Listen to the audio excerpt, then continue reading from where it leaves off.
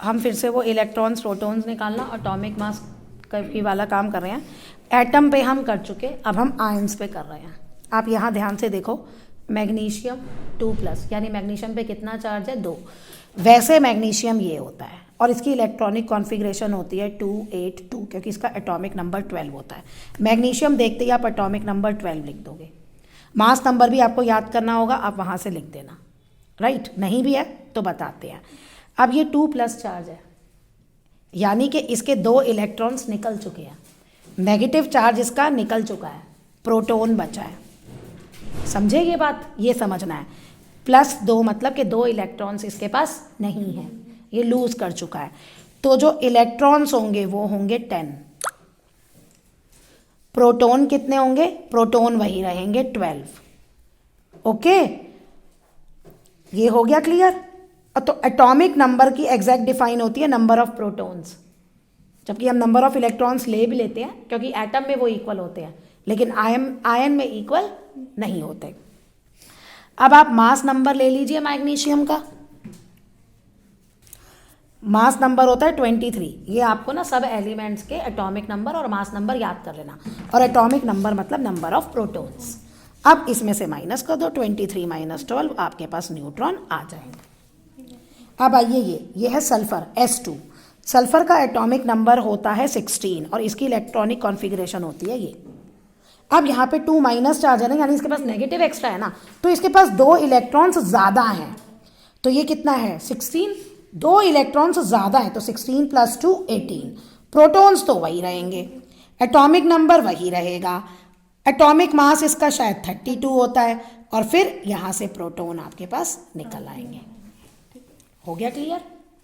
अच्छा, अब ये बुक बैक का क्वेश्चन है, आपको ये इन्फॉर्मेशन दी है। देखिए, मास नंबर 1 है, नंबर ऑफ न्यूट्रॉन्स 1 है, प्रोटॉन्स 1 है, इलेक्ट्रॉन्स 0 है।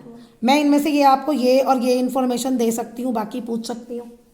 ये निकालो, ये दोनों को देखिए। आपको पता है proton plus neutron mass number होता है। अगर न्यूट्रॉन 0 है तो प्रोटॉन कितना आ गया? प्रोटॉन अपने आप 1 आ गया, ओके। लेकिन इसमें एक एडिशनल इन्फॉर्मेशन है 0।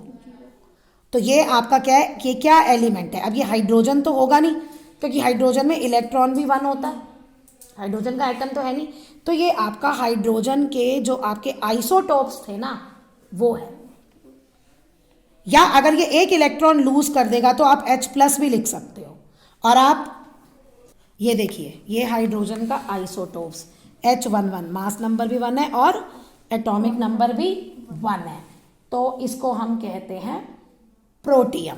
तो ये प्रोटियम भी आप इसमें आंसर लिख सकते हैं, ये भी लिख सकते हैं, ये भी लिख सकते हैं।